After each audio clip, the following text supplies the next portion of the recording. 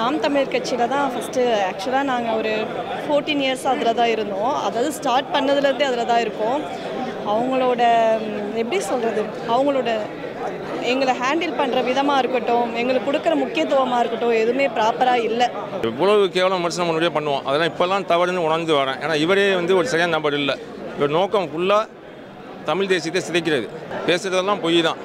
நீங்கள் அங்கே பாருங்கள், என்ன கலப்பணி நடக்குன்னு பாருங்கள். யாரும் ஒன்றுமே இல்லைங்க, ஆளே இல்லை. ஒரு கூட்டம் நடத்தி கலந்தாயினா 4 பேர் 3 பேர் வச்சுட்டு ஒன்றுமே நடத்த முடியாமல் வீட்டில் வச்சு நடத்திட்டு இருக்காங்க. யாருமே எல்லாம் தம்பிங்க எல்லாம் புரிஞ்சுக்கிட்டாங்க. எல்லாம் புரிஞ்சு எல்லாம் கட்சி விட்டு எல்லாம் வெளில வந்துட்டு இருக்காங்க. புதுசாக விட்டில் பூச்சிகள் மாதிரி கொண்டாந்து அவங்க வாழ்க்கையை அழிக்கிறது தான் சீமானோட வேலையை. இப்படியா முட்டு சந்தில் 3 பேர் இப்போ கவுத்துட்டு போய் கட்சியை கவுத்து விட்டாரு. தம்பிங்களோட வாழ்க்கையை சதைச்சிட்டாரு. வெளிநாட்டுக்கு அனுப்புறேன்னு சொல்லி நிறையா பேர் வாழ்க்கையை கெடுக்கிறார். கட்சியில் இருக்கவங்கள வச்சு வெளிநாட்டுக்கு அனுப்புவோம் அப்படிலாம் சொல்லிட்டு பணத்தை வாங்கிட்டு ஏமாத்துறது. என்கிட்ட மட்டும் 12 லட்ச ரூபா ஏமாத்திருக்காங்க. நான் அதனால் விஷம் குடிச்சிட்டேன். RSS உடைய அஜெண்டாவை இவர் ஃபாலோ பண்ணுறாரு. காலப்போக்கில் தந்தை பெரியாரை வச்சு தான் அந்த அரசியலுக்கே வந்தார். இன்னைக்கு ஒன்று ஒரு இடத்துல வச்சுருக்காங்கன்னா தந்தை பெரியார் ஒரு முழு காரணம். இன்னைக்கு பெரியாரையே எதுக்குறான்னா அப்போ நீ எப்படியாப்பட்டாலுக்கா நீ வருங்கால தலைமுறையை கெடுக்கிறா, இளைஞர்களை வன்முறையை தூண்டுறா. திமுகவை ஒழிக்காம விட மாட்டேன். உனக்கு என்ன பைத்தியமா? உனக்கு என்ன தெரியும்? நீ ஒரு கவுன்சிலர் வச்சிருக்கியா, ஒரு MLA வச்சிருக்கிறா. இது அதிமுக சொல்ல ஒரு லாஜிக் இருக்குங்க. மைக்கு மீடியா கிட்ட அப்படி பேச வேண்டியது, பேசிட்டு சிரிக்கணும். அதை கை தட்டுறதுக்கு ஒரு குரூப் இருக்குது. இதே போல நாம் தமிழர் கட்சியிலேருந்து நிறைய பேர் வருவாங்க. நாங்கள் போய் கூப்பிடணுன்ற அவசியம் இல்லை. காலப்போக்கில் அந்த ஆளே எட்டி உதைவார். நீ ஒன்றுமே இல்லாத 2026 நான் ஆட்சியை பிடிப்பேங்கிறிய லூசா நீ என்ன வேண்டாம்னு சொல்லிட்டு போ. நீ பைத்தியம். கட்சி இயக்கமான காலத்திலேருந்து நான்லாம் பயணிச்சுட்டு இருக்கிறேன். நிறைய முரண்கள் வருது அவர்கிட்ட. ஆனால் என்ன வெளில வரதுக்கு வெக்கப்பட்டுக்கிட்டு நான் மாற்றுக் கட்சி போயிட்டேன்னா ஏதாவது ஒரு குற்றம் சுமத்திடுவார், அசிங்கப்படுத்துவார், கேவலப்படுத்துவாங்க. அவர் படித்த ஒரு பக்கம், தம்பிங்க ஒரு பக்கம். புதிய தம்பிகள் தானே. நாங்களும் ஒரு காலத்தில் அப்படி தான் இருந்தோம். மாற்றுக் கட்சிக்கு போயிட்டாங்கன்னா உடனே அவனுக்கு எவ்வளவு கேவலம் விமர்சனம் முன்னாடியே பண்ணுவோம். அதெல்லாம் இப்போல்லாம் தவறுன்னு உணர்ந்து வரேன். ஏன்னா இவரே ஒரு சரியான நம்பர் இல்லை. இவர் நோக்கம் ஃபுல்லாக தமிழ் தேசியத்தை சிதைக்கிறது. உண்மையான தமிழ் தேசியவாதிகளை சிதைக்கிறது தான் ஒரு வேலை. அதனால் இனிமேல் இதெல்லாம் வேண்டான்னு சொல்லிட்டு புதுசாக இருக்க தம்பிகளையும் சிதைச்சி அவங்க வாழ்க்கையை அழித்து வீணாக போகிறதுக்கு முன்னாடி இப்போ நல்ல இடத்துக்கு இணைஞ்சிருக்கிறோம். நல்ல நம்பிக்கை இருக்குது எங்களுக்கு. நாங்கள் மீண்டும் எழுவோம். தொடர்ந்து இதே மாதிரி பல நிர்வாகிகள் கட்சியிலேருந்து வெளியே வராங்க. ஆமாம், ஆனால் கட்சி வளர்ந்துருக்கு, நாங்கள் அங்கீகரிக்கிற கட்சி அப்படின்லாம் சொல்கிறாங்க.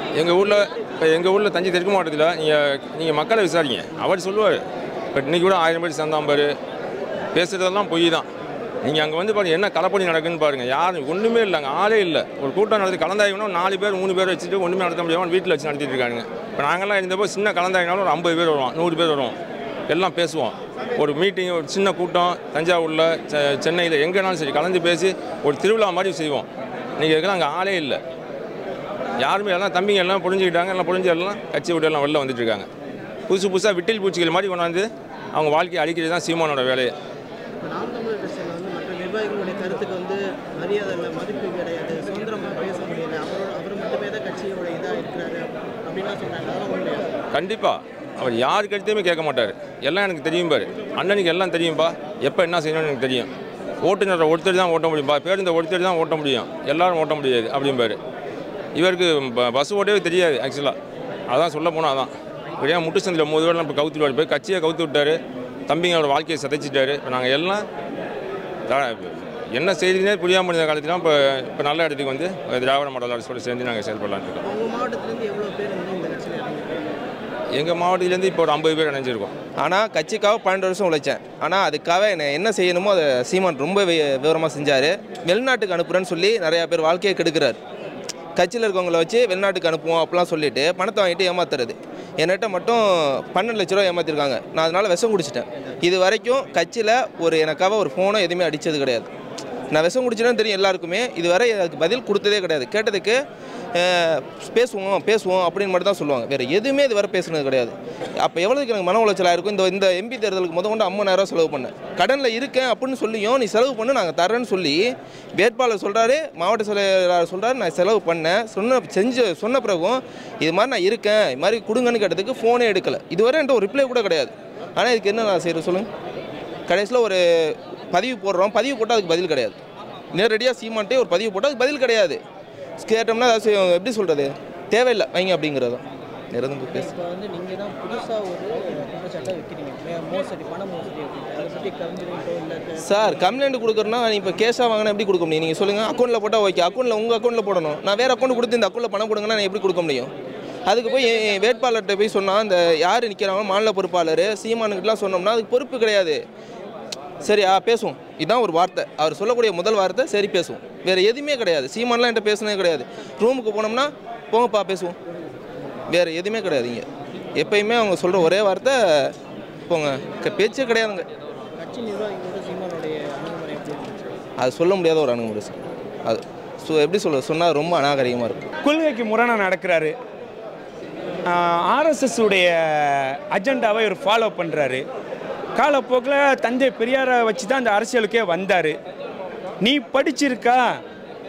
இன்னைக்கு உன்னை ஒரு இடத்துல வச்சுருக்காங்கன்னா தந்தை பெரியார் ஒரு முழு காரணம். ஒன்னண்டு இல்லை, என்ன எல்லாருமே நான் படித்து அந்த அளவுக்கு நான் பேசுகிறேன்டாக்கும் அதுக்கு தந்தை பெரியார் தான் காரணம்.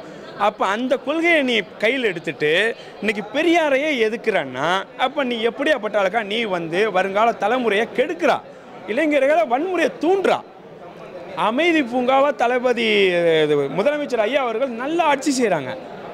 நல்ல ஆட்சி செய்கிறத நீ கலவர பூமியை ஆக்க பார்க்குறா.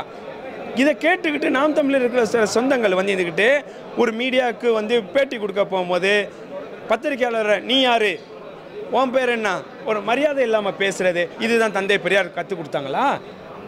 ஒரு மரியாதையை பேசு, எது நல்லதோ. டிஎம்கே மட்டும் எதுக்குரிய காரணம் என்ன? டிஎம்கே எடுக்கிறதுக்கு திமுகவை எதுக்கிறதுக்கு என்ன காரணம்?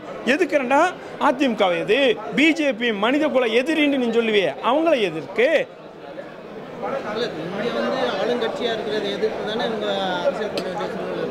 அப்போ இது அது ஓகே, ஆளுங்கட்சியில் இருக்கிறவங்கள அவர் அரசியல் பண்ணுறாரு, எதுக்க வேண்டியது எந்த ஒரு மாற்று கருத்தும் இல்லை. அதிமுக இதே இதுக்கு முன்னாடி செஞ்சதை ஏன் நீ எதுக்கலை?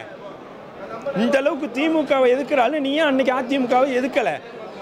மனிதன் தான், எல்லாரும் மனிதன், தவறு செய்யக்கூடியவன் தான். தவறு இருக்கும், சுட்டி காமி, அவங்க திருத்துவாங்க, திருத்திக்கிடுவாங்க. அது என்ன திமுகவை ஒழிக்காம விட மாட்டேன். உனக்கு என்ன பைத்தியமா? உனக்கு என்ன தெரியும்? நீ ஒரு கவுன்சிலர் வச்சிருக்கியா, ஒரு எம்எல்ஏ வச்சிருக்கிறா? இது அதிமுக சொல்ல ஒரு லாஜிக் இருக்குங்க. அவர் சொல்கிறதையெல்லாம் கேட்குறதுக்கு அவருக்கு பின்னாடி இருப்பான் பாருங்க. எது மீட்டிங்கில் இருந்துக்கிட்டு ஏதாச்சும் சொன்னாக்க ஏன்னு சொன்னோம்னாக்கு மைக்கு மீடியா கிட்ட அப்படி பேச வேண்டியது, பேசிட்டு ஏன்னு சிரிக்க வேண்டியது. அதை கை தட்டுறதுக்கு ஒரு குரூப் இருக்குது. அவங்கள என்ன நினச்சி என்னத்தான் நான் சொல்கிறது? நான் வயசில் சின்னவங்க தான் அவங்கள, புரியுதுங்களா? இதே போல் நாம் தமிழர் கட்சியிலேருந்து நிறைய பேர் வருவாங்க. நாங்கள் போய் கூப்பிடணுன்ற அவசியம் இல்லை. காலப்போக்கில் அந்த ஆளே எட்டி உதைவார். இல்லை, இப்போ நாம் தமிழர் கட்சியிலேருந்து தொடர்ந்து பல பேர் வெளியே வந்துட்டு தான் இருக்கிறாங்க. நாம் தமிழர் கட்சியும் கட்சி நிர்வாகிகளோடையும் சீமானோடும் அவர்களுடைய 2 பேருக்கு இடையிலான ஒரு செயல்பாடுகளாக இருக்கட்டும், இல்லை கருத்து வேறுபாடுகளாக இருக்கட்டும், இல்லை கருத்து பரிமாற்றமாக இருக்கட்டும், அதெல்லாம் எப்படி இருக்குது? இதில் என்னன்னா, இப்போ நல்லா ஒரு சிந்திச்சு பாருங்களேன். ஒரு எலெக்ஷன் வருது. அப்போ எலெக்ஷனுங்க போகும்போது அந்த கேண்டிடேட்டை யார் பண்ணணும்னா அந்த இடத்துல யார் செல்வாக்காக இருக்கிறாங்களோ அவங்கள தான். இப்போ எனக்கு ஒரு 1000 பேர் 2000 பேர் நான் அந்த இடத்துல ஒரு பெரிய ஆளாக இருக்கேன், நான் சொன்னால் செய்வாங்க. இவங்களை நாங்கள் அந்த தொகுதியில் உள்ள ஆள் தான் சொல்லுவாங்க, அண்ணா இவங்களுக்கு இதே மாதிரி இருக்காங்க, நீங்கள் பண்ணுங்கள். அதெல்லாம் கேட்குறே இல்லை. நான் என்ன சொல்கிறேன்னா அதை செய், நான் போடுறேன்னா அதான். இதில் எல்லாத்துக்கும் காரணம் ஒருத்தர் இருக்கான், அன்னை காலேஜ் ஓனரு குமாயுன்னு, பெயர் தாங்கி முஸ்லீமு. அவர் முஸ்லீமுங்கிறதுக்கு தகுதியே இல்லாதவர். அவர் இஸ்லாம் மார்க்கம் என்ன சொல்லுது? உண்மையை உறக்க சொல், பொய் சொல்லாதண்டு. அவர் மதுவை பற்றி பேசுகிறார். அவர் மது குடித்தார், எல்லாமே ஆதாரம் இருக்குது, புரியுதுங்களா? இவர் சீமானை தவறான வழியில் மக்களை பயன்படுத்துகிறாரு, வன்முறையை தூண்ட நடக்கிறாரு. இந்த அற்புதமான திமுகவோட ஆட்சிக்கு களங்க விளைவிக்கணும், இதுதான் ஆர்எஸ்எஸ் உடைய அஜெண்டா. அதை அவர் எடுத்துரைக்க பார்க்குறாரு. திமுகங்கிற ஒரு கடல்.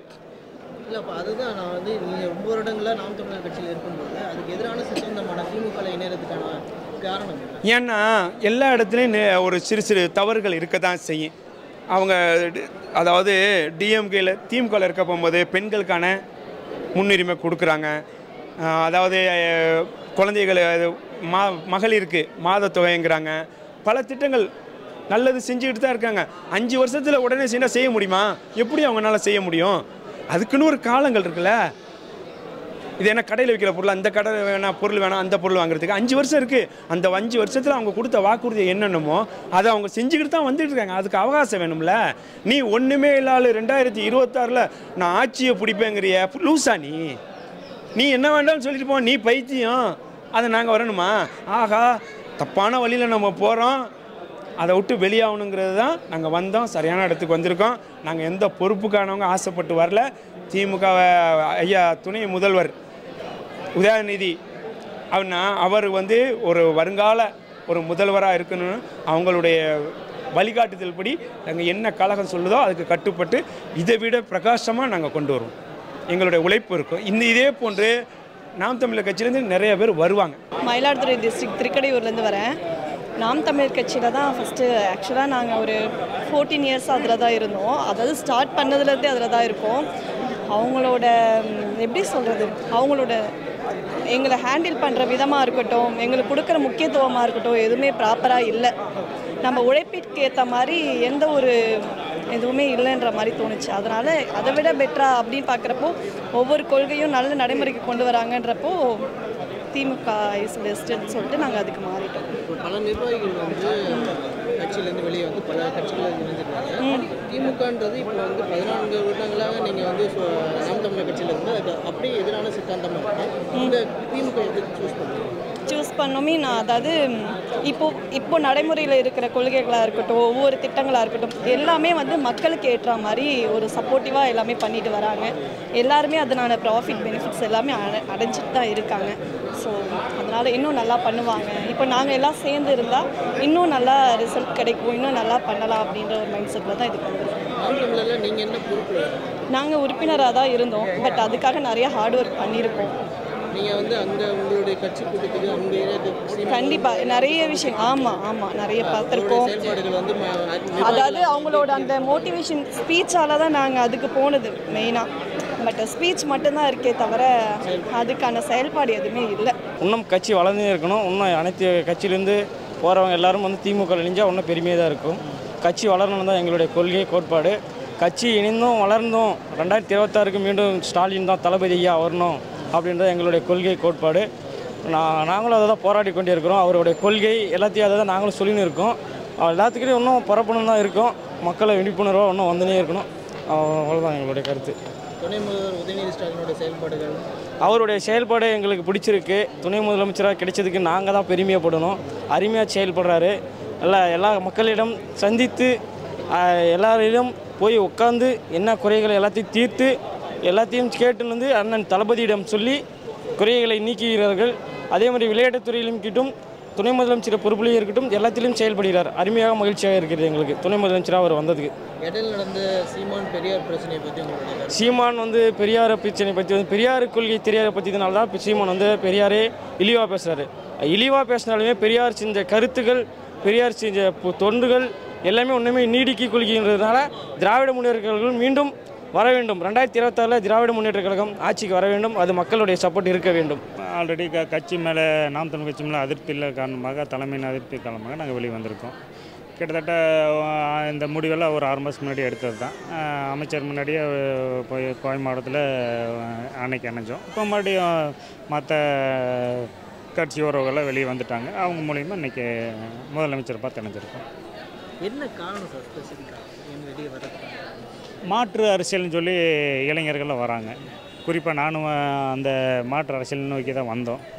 ஆனால் அந்த மாற்றுங்கிறத விட ஏமாற்றுன்னு தான் சொல்ல முடியும். ஏன்னா கட்சி அடுத்த கட்ட நகருக்கு போக மாட்டேங்குது. கரெக்டான பொறுப்பாளர் போட்டு அதை பண்ண மாட்டேங்கிறாரு. அது என்ன காரணம் தெரியல. கட்சி அடுத்த கட்ட நகருக்கே போக மாட்டேங்குது. அதனால் அதிருப்தி இப்போ இருந்தாலும் கடைசி வரைக்கும் இப்படியே தான் இருக்கணும். ஒரு வார்டு கவுன்சிலரும் கூட ஜெயிக்க முடியாத சூழ்நிலை தான் நாம் தமிழ் கட்சி இப்போ இருக்குது. அதனால் எதிர்காலத்தில் நம்பி திமுகவுக்கு வந்திருக்கோம் மக்கள் பணியாற்றுறாங்க. இதே மாதிரியான குற்றச்சாட்டுகள் அவர் கட்சி வேட்பாளரும் சரி நிர்வாகிகளும் சரி சும்மா ஒரு பேருக்கு போடுறதாகவும் அதை பற்றியும் அதை வச்சு கட்சியோடைய முன்னேற்றத்துக்கு எந்த ஒரு இதுவும் கிடையாது அப்படின்ட்டு நிறைய நிர்வாகிகள் சொல்லுவாங்க. நீங்களே ஊடகத்தில் பார்ப்பீங்க. கட்சியிலேருந்து நிறைய பேர் எல்லாம் வெளியே வந்துட்டுருக்காங்க. குறிப்பாக எல்லா தென் மாவட்டங்களில் வட மாவட்டங்கள் எல்லா மாவட்டங்கள்லேருந்து வெளியே வந்துட்டுருக்காங்க. இப்போவும் கிட்டத்தட்ட ஒரு 1000 பேருக்கு மேலே அணைஞ்சிருக்காங்க. பொறுப்பாளர் மட்டும் ஒரு 50-60 பேர் இன்றைக்கி முதலமைச்சர் முன்னாடி அணைஞ்சிருக்காங்க. நிறைய அதிருப்தி இருக்குது. பார்த்திங்கன்னா இப்போ குறிப்பாக விஜய் அரசியலுக்கு வந்துட்டார். இப்போ மக்கள் ஓட்டெல்லாம் நம்ம நாம் தமிழ் ஓட்டெல்லாம் சிதறக்கு கண்டிப்பாக வாய்ப்பு இருக்குது. அதனால் இவர் முதல்ல வந்து பெரியார் ஆதரித்து பெரியார் கொள்கை தான் பேசி இயக்கத்தை ஆரம்பித்தார். தமிழ் தேசிய பிரபாகரன் பெரியார் இதெல்லாம் பேசி தான் ஆரம்பித்தார். நாங்கள் வந்து மேதகு பிரபாகரன் கொள்கை பிடிச்சி தான் நாம் தமிழர் கட்சி இணைஞ்சோம். போக போக அந்த கொள்கை தடம் மாறுது. அதனால் விலக வேண்டிய சூழ்நிலை வருது. இப்போ சமீபத்துலேயும் வந்து பெரியாருக்கும் சீமான் பேசிய கருத்துக்கள் வந்து ரொம்ப பெரிய சர்ச்சை ஏற்படுது. இப்போ பெரியாரை பேசி அரசியலுக்கு வந்த சீமான் அவர்கள் வந்து பெரியாரை திருப்பியும் கொச்சைப்படுத்தி பேசுகிற மாதிரியான நிகழ்வுகள்லாம் நீங்கள் எப்படி பார்க்குறீங்க? அது அந்த அரசியல் வந்து தமிழ்நாட்டுக்கு ஈடுபடாது. ஏன்னா காலங்காலமாக பெரியார் எத்தனையோ கொள்கையெல்லாம் பேசியிருக்காரு. நல்ல தமிழ்நாட்டு மக்களுக்கு சமத்துவமெல்லாம் நிறையா பேசியிருக்கிறாரு. பெரியாரை எதிர்த்து இங்கே அரசியல் பண்ணுறது சாத்தியமில்லாது. அவர் அது தேவையில்லாத அதை அரசியல் கையில் எடுக்கிறான்னு நினைக்கிறேன். அது தேவையில்லாதது. அந்த மாதிரி நம்ம முன்னுக்கு முரணான கருத்துக்கள் பேசி அது தேவையில்லாத பேசுறங்காட்டி தான் நமக்கு அது பிடிக்காமல் வெளியே வர காரணமாகுது. நான்ட்டில் சில இளைஞர்கள் கட்சியில் இருக்கிறவங்கள அதனால தான். குறிப்பாக வேட்பாளர் தேர்வில் பார்த்திங்கன்னா கட்சி நிர்வாகிகளை யாரும் கலந்து ஆலோசிக்காமல் அவரே தன்னிச்சையாக முடிவெடுத்து பண்ணுறாரு. நிறைய விஷயங்கள் இருக்குது. அதனால் வெளியே வரும். நாம் தமிழர் கட்சி வந்துட்டு எப்படின்னு அவர் பேசுகிறத வச்சு இப்போ மக்கள் எல்லாம் தெரிஞ்சுக்கிறாங்க. ஒருத்தட்ட ஒரு மாதிரியும் இன்னொருத்தட்ட இந்த ஒரு மாதிரி பேசுகிறது எல்லாத்துக்குமே தெரியும். நியூஸ்லேயும் எல்லாம் போடுறாங்க, மக்கள்லாம் பார்த்து தெரிஞ்சுக்கிறாங்க. இப்போ நாம் தமிழர் சீமான் அவர்கள் வந்து இதுக்கு முன்னாடி ஒரு 10 நாட்களாக வந்து பெரியார் பற்றி பேசிய கருத்துக்கள் வந்து ரொம்ப சர்ச்சை ஏற்படுத்துது. அதை பற்றி ஆமாம், அவர் வந்துட்டு அதை ஒன்று பேசலாம், நம்ம பெருமையாக நமக்கு பெருமையாக இருக்கும். இன்னொன்று பேசினா மக்களெல்லாம் எப்படி ஏமாத்துறாங்க மாதிரி பேசுகிறாரு. ஒரே வார்த்தையில் சொல்லணும்னா மக்களை எப்படி ஏமாற்றலாங்க. தொடர்ந்து இதே மாதிரி பல பேர் வந்து நாம் தமிழர் கட்சியிலேருந்து வெளியே வராங்க. அவங்க வந்து நிறைய திமுகலாம் இணைஞ்சிருக்காங்க. திமுக வந்து அதை அவங்க எந்த அளவுக்கு இருக்குது அப்படின்றது. திமுக யார் இப்போ நானே சின்ன பையன், எனக்கு 23 வயசு ஆகுது. நானே வந்து திமுகலேருந்து சின்ன வயசுலேருந்து இருக்கேன். இன்னும் யாராவது வந்தாலுமே திமுக அனைவரையுமே வரவேற்பாங்க. திமுகவுடைய செயல்பாடுகள் குறிப்பாக வந்து இப்போ உதயநிதி வந்து துணை முதல்வர் ஆகிருக்காரு. எப்படி செயல்படுதுன்னு அவர் துணை முதல்வராக ஆயிருக்காரு. அது ரொம்ப பெருமையாகவும் இருக்குது எங்கள் கட்சிக்கு. அவர் இன்னும் நல்லா அவரோட பணியை சிறப்பாகவும் செஞ்சிட்ருக்காரு. மக்களுக்கு தெரியாமல் கூட இருக்கலாம், ஆனால் அவர் இடத்துலேருந்து பார்க்கும்போது அவர் சிறப்பாக வேலை செஞ்சிட்ருக்காரு. பெரியாரை பற்றி நிறைய தப்பாக பேசிகிட்டு இருந்தாலுமே இங்கே வந்து திமுக வந்து பெரியாரோட சிலையை முன்னாடி வச்சுருந்தது ரொம்ப பெருமையாக இருந்தது எங்களுக்கு.